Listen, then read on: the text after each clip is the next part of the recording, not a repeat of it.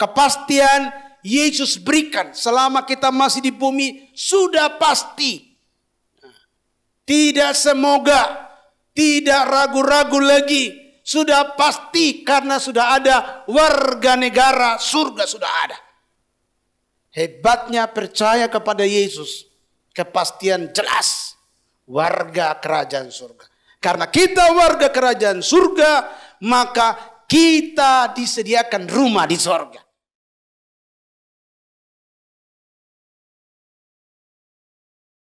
Our Father in Thank heaven, you, Lord, in the name of Jesus. help me please for today. Bless our family. Amen.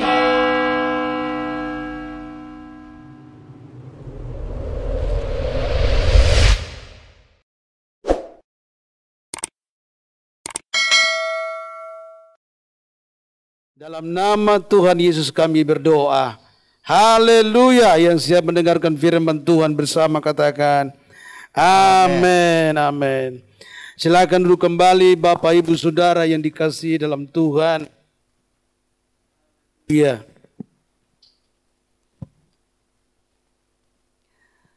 Baik, dalam ibadah kenaikan Yesus Kristus ke surga, maka hari ini saya sampaikan kebenaran firman Tuhan dalam Lukas 24. Lukas 24 ayat yang ke-49. Mari kita baca Lukas 24. Ayat yang ke-49 sampai dengan ayat 52.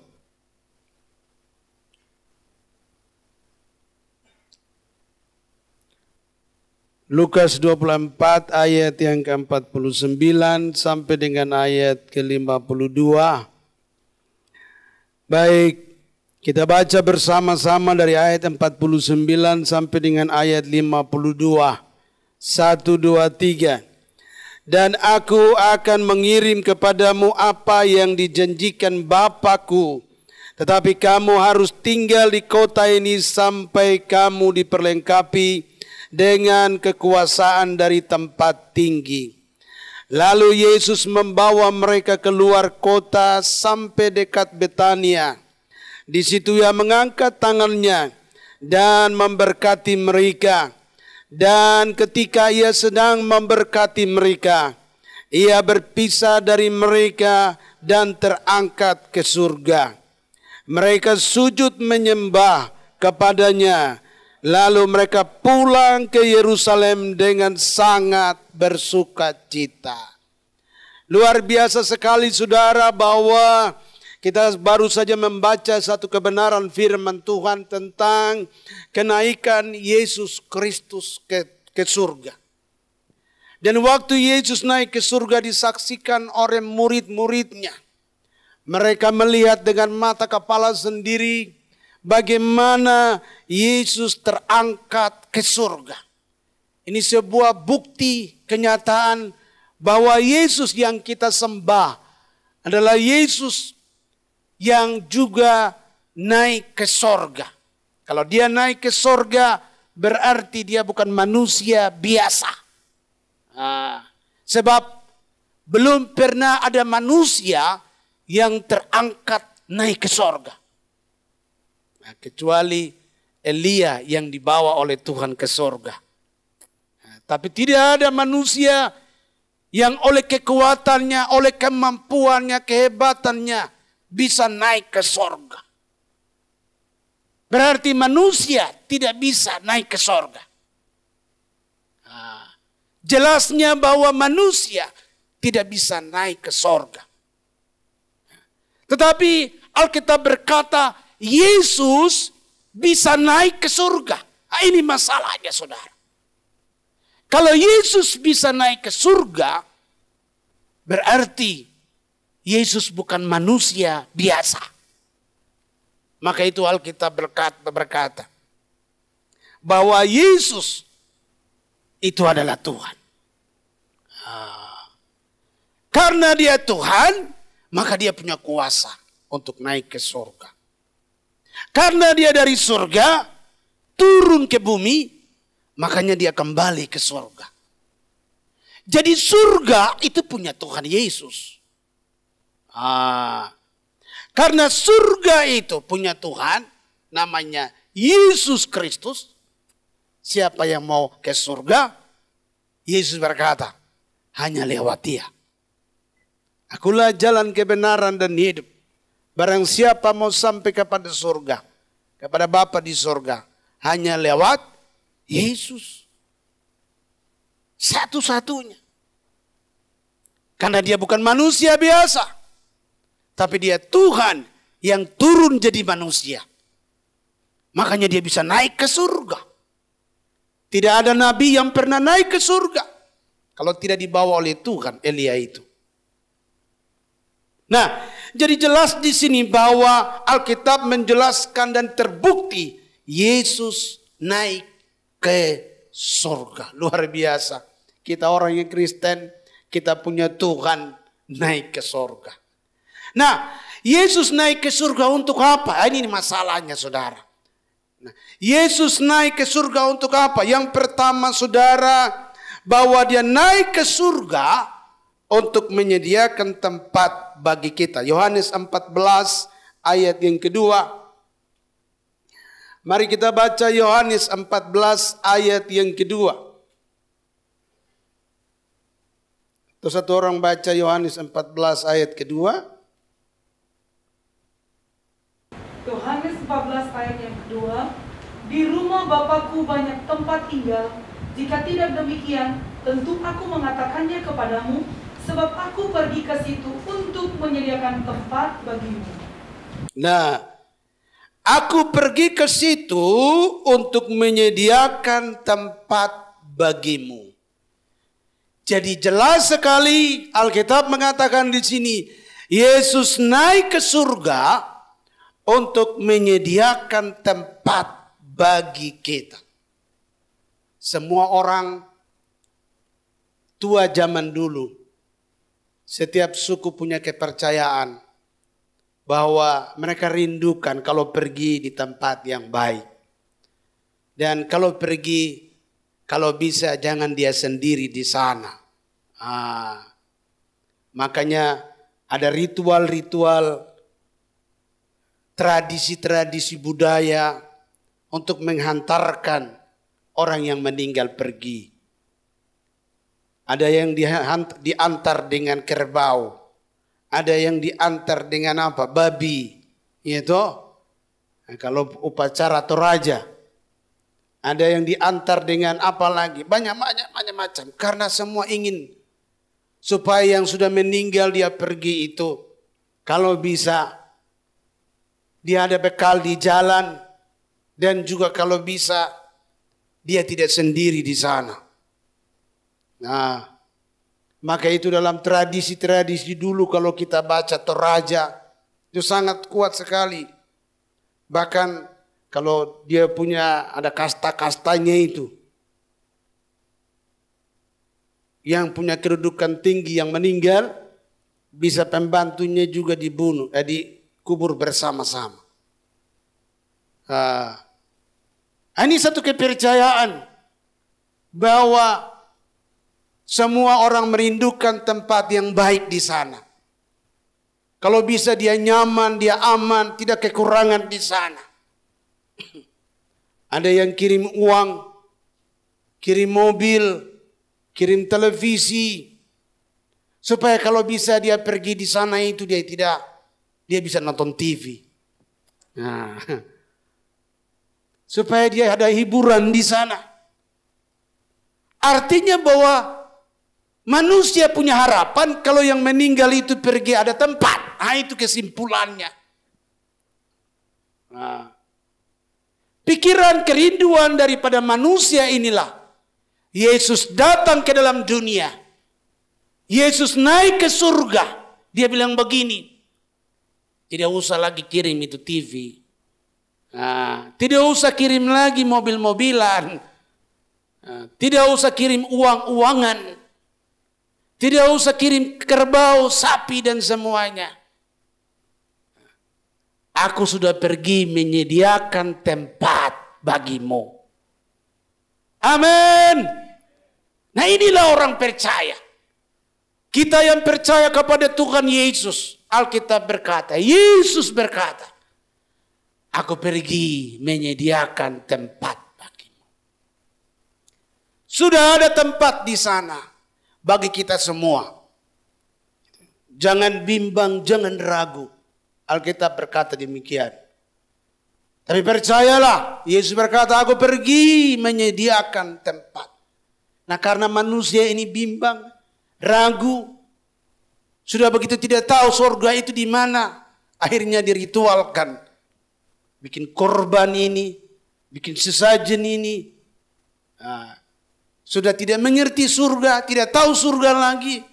Tapi asal-asalan bikin korban. Siapa yang tuntun bikin korban itu sudah tentu bukan Tuhan. Sudah tentu bukan Tuhan. Setan ambil alih, dia tipu manusia.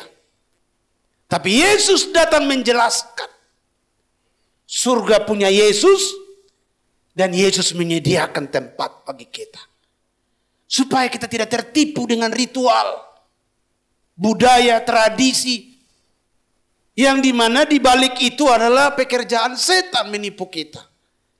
Berapa banyak korban kerbau dalam upacara ritual di Toraja.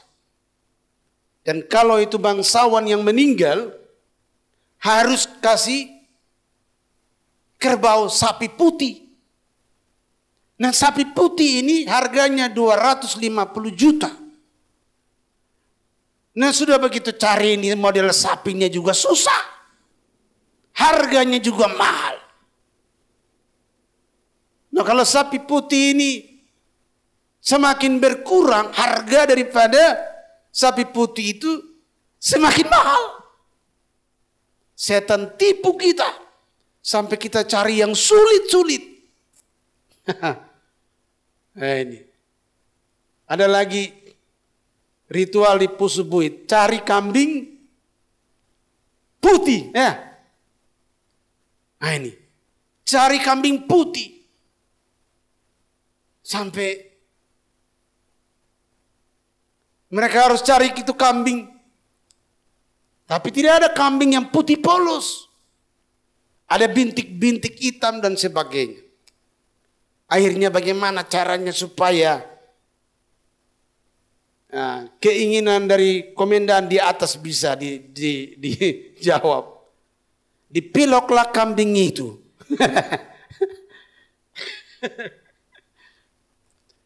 Dipiloklah kambing itu jadi warna putih. Lalu dibawa ke Gunung Pusubuit.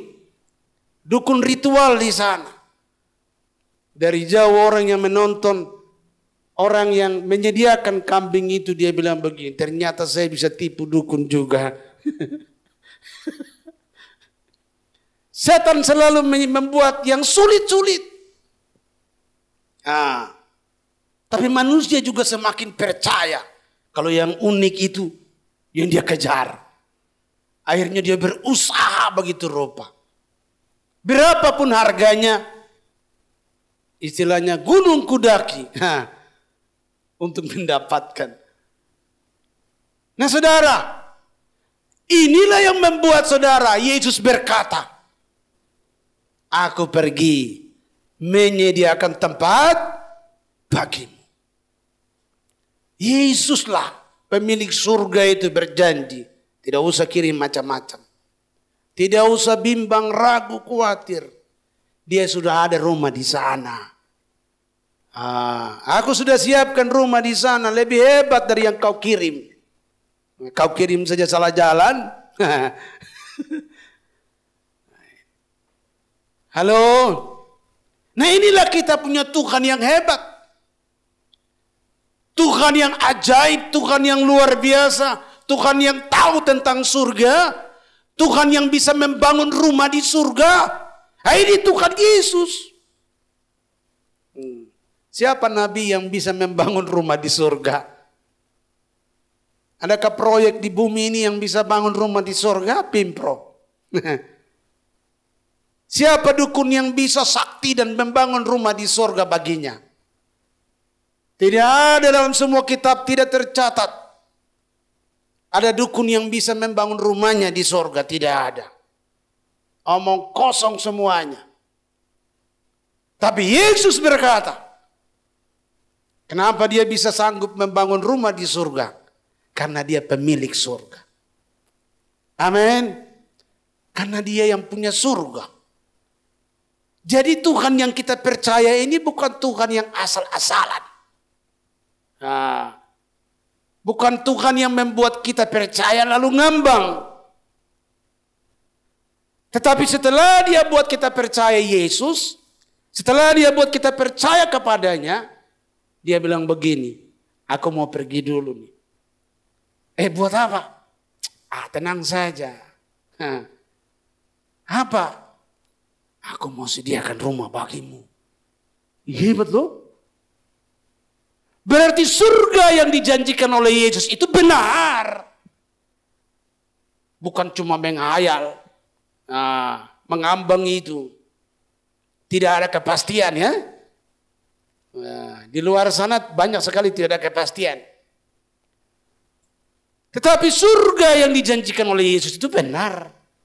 Dia bukan bilang begini, kamu percaya kepadaku, kamu akan selamat, kamu akan masuk surga. Tapi dia juga berkata, aku mau pergi ini ke surga untuk bikin rumah buat kamu. Ini hebat sekali saudara. Jadi di sini kita melihat bahwa sebuah bukti bahwa Yesus yang kita sembah, Yesus yang benar-benar bertanggung jawab. Amin. Dia tidak suruh percaya, lalu tiba-tiba dia menghilang kemana, tidak ada janjinya selanjutnya. Bahkan tidak bangkit juga dari kematian. Ini repot. Tapi Tuhan kita luar biasa. Nah saudara, jadi yang pertama Tuhan ke surga adalah supaya dia menyediakan tempat bagi kita semua. Amin. Kenapa dia sediakan tempat bagi kita semua? Filipi 3 ayat 20. Filipi 3 ayat yang ke-20. Satu orang baca. Filipi 3 ayat 20. Karena kewargaan kita adalah di dalam surga, dan dari situ juga kita menantikan Tuhan Yesus Kristus sebagai juru selamat. Nah, karena kewarganegaraan kita adalah apa? Surga, dalam surga. Kita warga negara Republik Indonesia. Itu di bumi.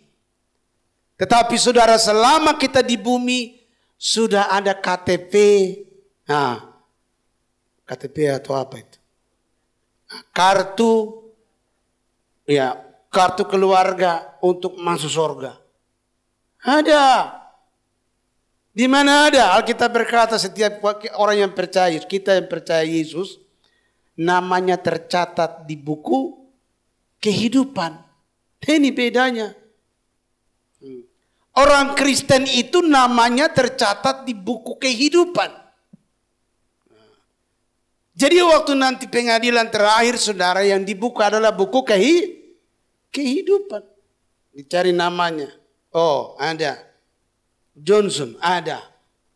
Nah, kenapa ada? Karena sudah ada warga kerajaan surga. Nih, karena kita warga kerajaan surga, maka kita dijemput ke surga. Amin. Jelas ini. Ini nggak bisa dibantai, ini jelas ini. Tuhan bilang kita warga kerajaan surga. Selesai. Kalau sudah warga kerajaan, nanti kita di surga baru tanya, Tuhan KTP itu model seperti apa ya? Kartu untuk surga itu seperti apa? Nah, tetapi yang jelas sudah ada cap di dahi kita. Cap apa? Yesus. Di hati kita sudah ada Yesus. Di hati kita ada Roh Kudus. Sudah pasti dari kuasa Roh Kudus itu kita dibangkitkan untuk masuk surga. Alkitab berkata, Roh yang pernah membangkitkan Kristus, betul? Jika ada di dalam kamu, dia akan membangkitkan juga tubuhmu yang fana. Kita dibangkitkan. untuk masuk ke surga. Nah, jelas di sini bahwa kita juga adalah warga kerajaan surga, ahli waris kerajaan surga. Kepastian Yesus berikan selama kita masih di bumi sudah pasti. Tidak semoga, tidak ragu-ragu lagi, sudah pasti karena sudah ada warga negara surga sudah ada. Hebatnya percaya kepada Yesus, kepastian jelas warga kerajaan surga. Karena kita warga kerajaan surga, maka kita disediakan rumah di surga. Dan bukan hanya disediakan rumah di surga, tetapi saudara juga dia akan menjemput kita. Nah, ini hebat sekali. Nah, jadi yang kedua. Yang kedua, kenapa Yesus ke surga? Supaya ia mengutus Roh Kudus kepada kita. Yohanes 14 ayat yang ke-16. Yohanes 14 ayat yang ke-16.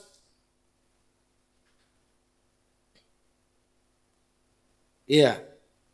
Satu orang baca. Yohanes 14 ayat 16. Aku akan minta kepada Bapa dan Ia akan memberikan kepadamu seorang penolong yang lain supaya Ia menyertai kamu selama-lamanya. Amin. Amin. Luar biasa. Ayat ini luar biasa. Aku akan minta kepada Bapa dan Ia akan memberikan kepada kamu seorang penolong yang lain supaya Ia menyertai kamu apa? Selama-lamanya. Jelas. Seorang penolong yang lain, tapi penolong ini syaratnya apa? Harus menyertai semua orang percaya sampai kapan? Selama-lamanya. Ada yang menerjemahkan ayat ini bahwa itu dia punya kepercayaan. Tapi syaratnya gitu. Ada yang menerjemahkan ini nabi ini gitu. Seorang penolong yang dikatakan itu artinya nabi ini, nabi A, nabi B. Tetapi kalau kita lihat syaratnya, adakah nabi A, nabi B ini bisa menyertai orang percaya selama-lamanya? Enggak ada loh. Dan semua mati dan tidak bisa menyertai. Gitu. Nah, syaratnya adalah menyertai selama-lamanya. Nah, siapa ini yang bisa menyertai selama-lamanya? Hanya Tuhan. Gitu? Maka itu Roh Kudus diutus menyertai kita. Jadi ayat ini menjelaskan pribadi Roh Kudus diutus untuk menolong dan menyertai kita. Luar biasa. Yesus suruh kita percaya kepadanya, tapi dia tidak meninggalkan kita sendiri. Alkitab berkata, aku tidak meninggalkan kamu yatim piatu sendiri. Tapi dia mengutus Roh Kudus kepada kita untuk menyertai kita dari sekarang sampai selama-lamanya. Hebat sekali loh. Alkitab berkata, roh yang aku berikan kepada kamu lebih besar daripada semua roh yang ada di bumi. Tony Daud berkata, orang Kristen tidak bisa disantet. Kenapa tidak bisa disantet? Karena dia memiliki roh yang lebih besar. Kita harus tahu ini. Yaitu apa? Roh Kudus. Sudah percaya Yesus, dikasih kewarganegaraan surga, akan masuk surga, selama di bumi dikasih jimat yang paling hebat. Itu? Ini bukan sekedar anti pentir. Tolak bala. Atau tolak angin. Gitu. Ada itu kan. Angin badai datang. rumah pada rubuh. Tapi ada warung satu tidak rubuh. Lalu ditanya sama wartawan, kenapa rumah Anda tidak rubuh? Sedangkan yang lain rubuh. Lalu warung ini berkata, pemilik warung ini berkata, karena di sini saya jual tolak angin. Jadi angin tidak bisa. Ini hebat loh.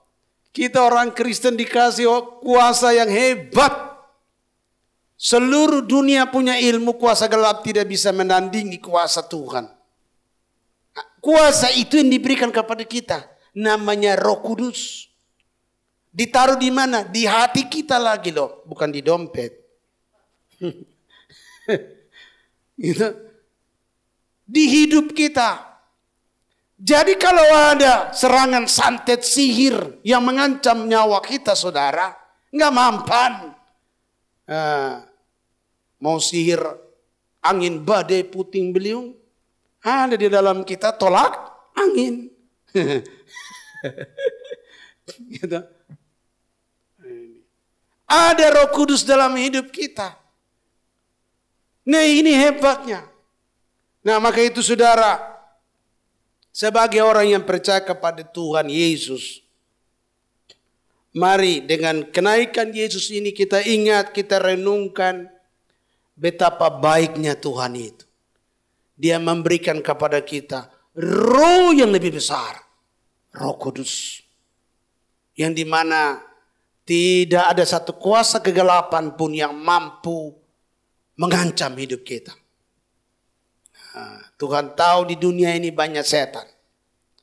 Tapi Tuhan kasih kuasa yang lebih hebat kepada kita. Untuk menjaga kita, Alkitab berkata, menolong dan menyertai kita. Hebat ini. Jadi orang Kristen itu ada penolongnya. Itu penolongnya bukan opung loh, bukan. Bukan opung yang sudah mati itu. Lalu dia ikut-ikut kita, tidak. Itu kecil itu. Kuasanya itu nggak ada apa-apanya dibanding kuasa Tuhan Yesus. Nah, luar biasa. Yang menyertai kita, yang menolong kita adalah Roh Kudus. Dan kalau Roh Kudus ada dalam hidup kita saudara, bukan hanya dia membangkitkan tubuh kita untuk masuk ke surga. Tetapi selama kita hidup di bumi, Roh Kudus ini menjamin untuk menolong, menyertai. Artinya dia membantu kita, memberkati kita, mengurapi kita, memakai kita untuk memberitakan Injil ke seluruh dunia. Amin. Yesus berkata, aku menyertai kamu sampai kepada kesudahan zaman. Lewat apa? Roh Kudus. Kita dipakai Tuhan mendemonstrasikan kuasa Tuhan. Jadi semua orang percaya harus dipakai Tuhan. Amin. Karena kita memiliki kuasa yang hebat untuk kita menolong mereka yang terikat dilepaskan, yang sakit disembuhkan, yang lumpuh berjalan, buta melihat. Amin. Kuasa itu telah diberikan kepada kita. Dalam kitab Markus, sebelum Yesus naik ke surga, dia berkata, terima ini, aku berikan kuasa kepada kamu untuk menyembuhkan yang sakit. Amin. Mengusir setan-setan. Yesus memberikan kuasa bukan hanya untuk menolong dan menyertai kita. Tapi Tuhan mau pakai kita semua untuk mendemonstrasikan kuasa Tuhan. Apalagi di akhir zaman ini. Setan juga semakin merajalela.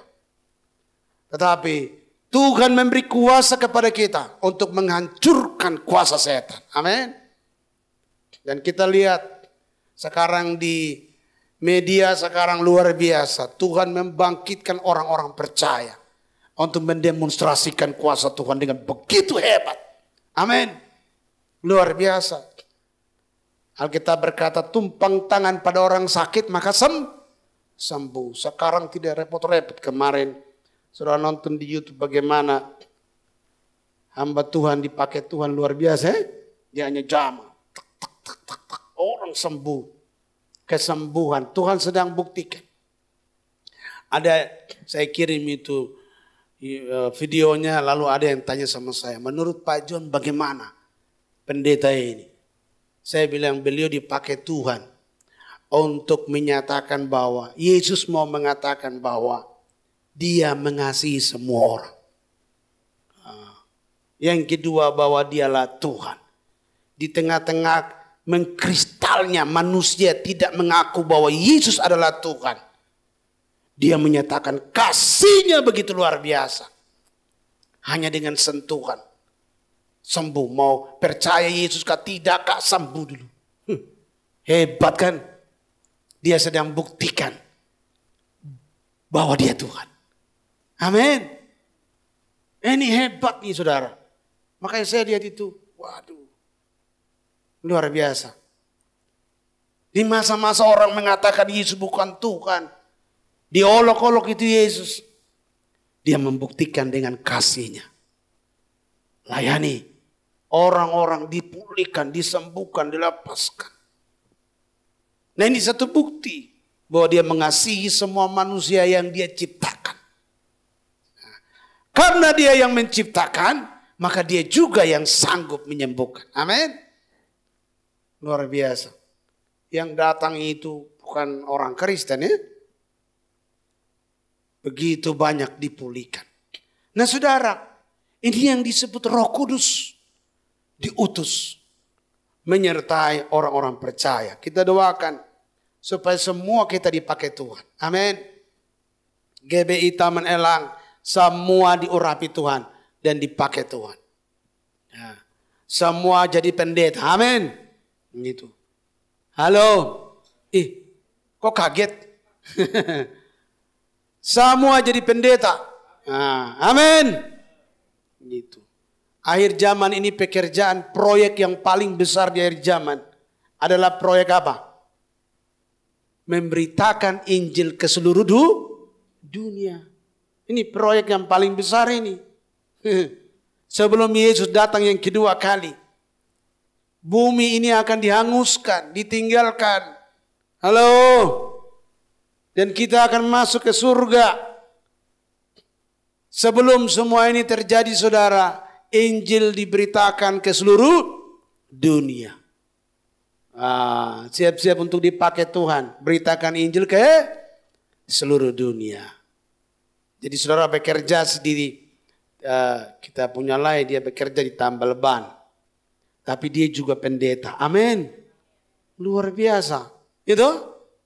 Dia juga pendeta. Orang datang begitu tambal ban. Ya toh? Langsung diinjili. Ya toh? Pak, ini saya mau kasih tahu sama Bapak. Itu. Ini ban bocor, Bapak tidak bisa berjalan ke kota bumi kan? Nah, tetapi Bapak tahu nanti kalau saya tambal selesai, saya isi angin, Bapak bisa bawa ini motor sampai ke kota bumi. Nah begitu juga Bapak. Kalau Bapak tidak ada Yesus dalam hidup Bapak, Bapak tidak bisa sampai ke surga loh. Kalau ada bocor hari ini saya tambal.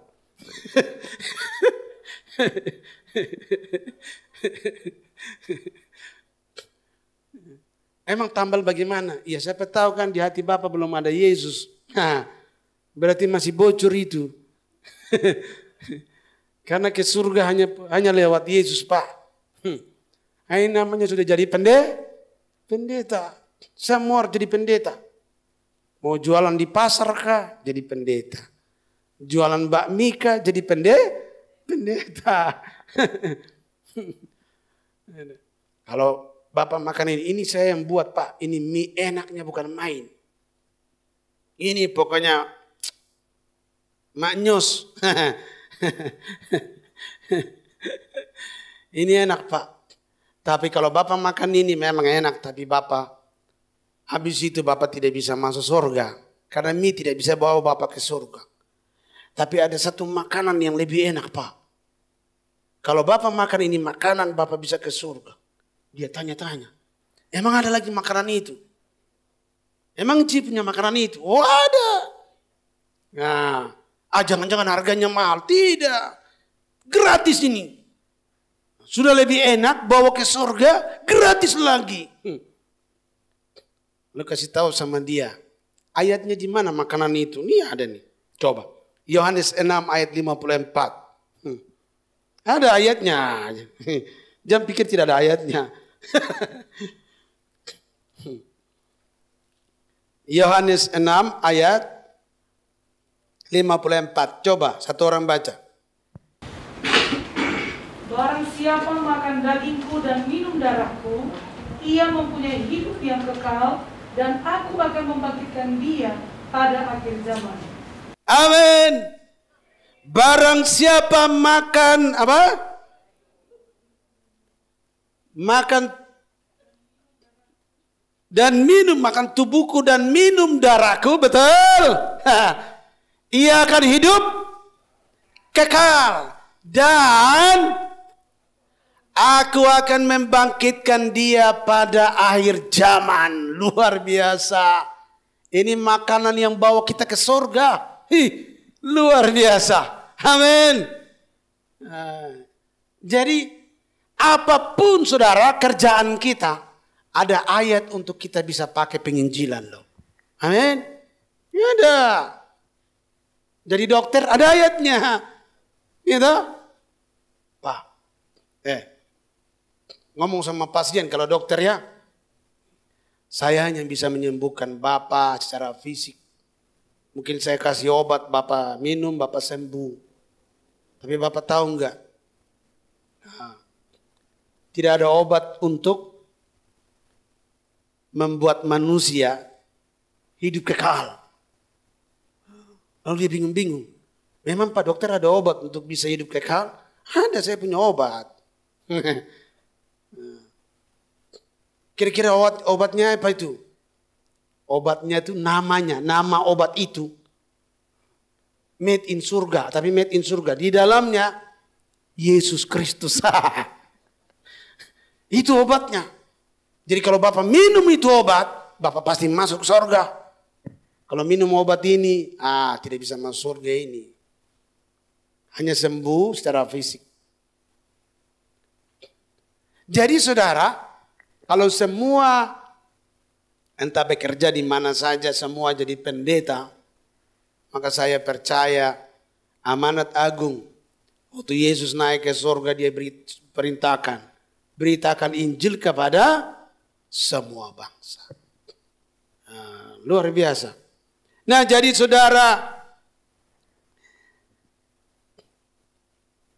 Roh Kudus diutus bagi kita, menyertai kita, menolong kita, menjaga kita, mengurapi kita, memakai kita semua. Amin. Yang ketiga, terakhir. Yesus akan datang kembali menjemput kita. Matius 25 ayat 31. Matius 25 ayat 31.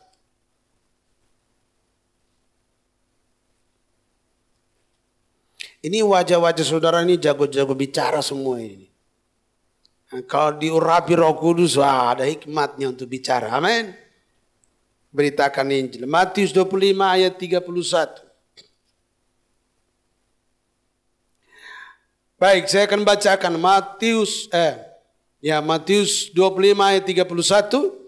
Apabila manusia datang, anak manusia datang dalam kemuliaannya, dan semua malaikat bersama-sama dengan dia. Nah, waktu dia datang itu dengan malaikat-malaikatnya. Maka ia akan bersemayam di atas takhta kemuliaannya. Lalu semua bangsa akan berkumpul, akan dikumpulkan di hadapannya. Lalu semua bangsa akan dikumpulkan di hadapannya. Hebat. Kalau bukan Yesus Tuhan, bagaimana bisa mengumpulkan semua bangsa? Karena dia Tuhanlah, dia bisa kumpul semua bangsa. Datangnya dengan malaikatnya, dengan takhta kerajaannya. Itu saja sudah hebat.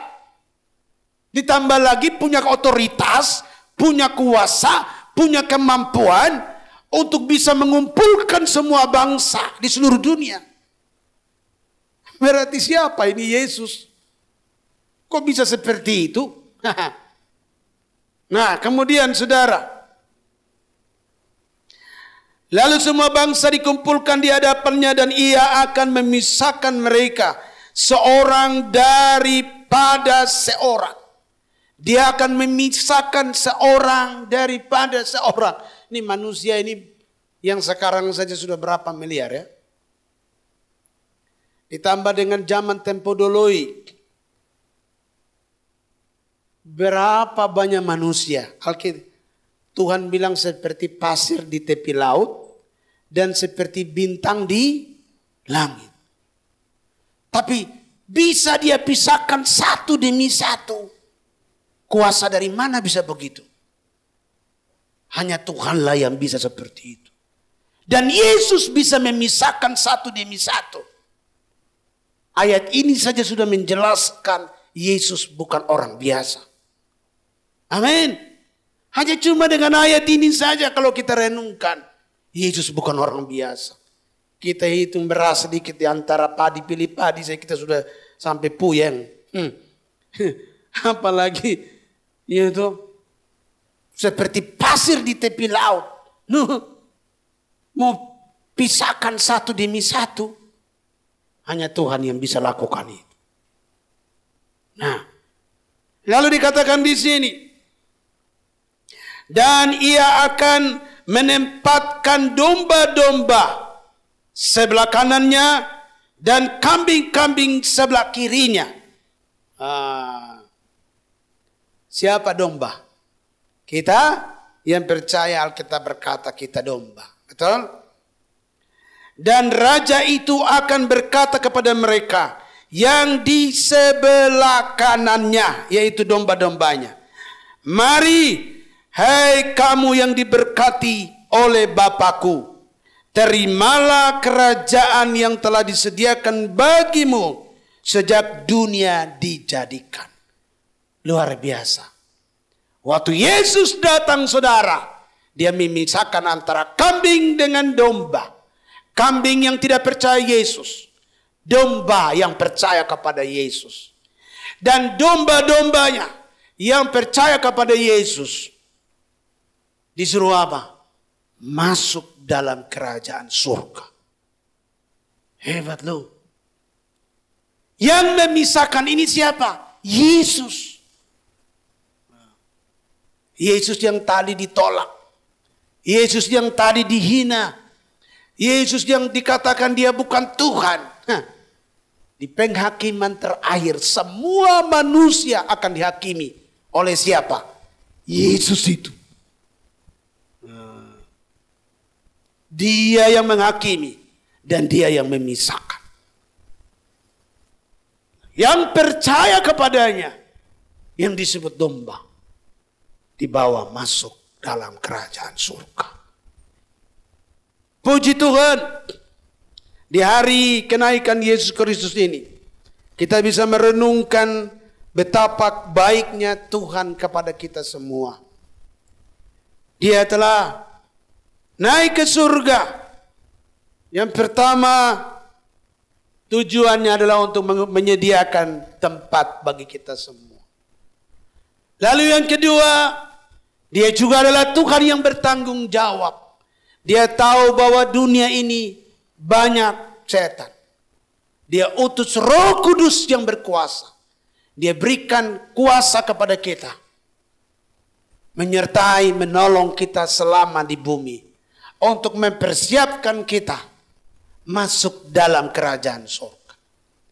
Sudah itu saudara, dia berjanji datang kembali menjemput kita yang percaya untuk masuk ke surga. Berbahagialah semua kita yang percaya kepada Yesus. Kita diberkati di bumi dan diberkati juga di surga selama-lamanya. Mari siapkan hati untuk kita masuk dalam perjamuan kudus. Haleluya.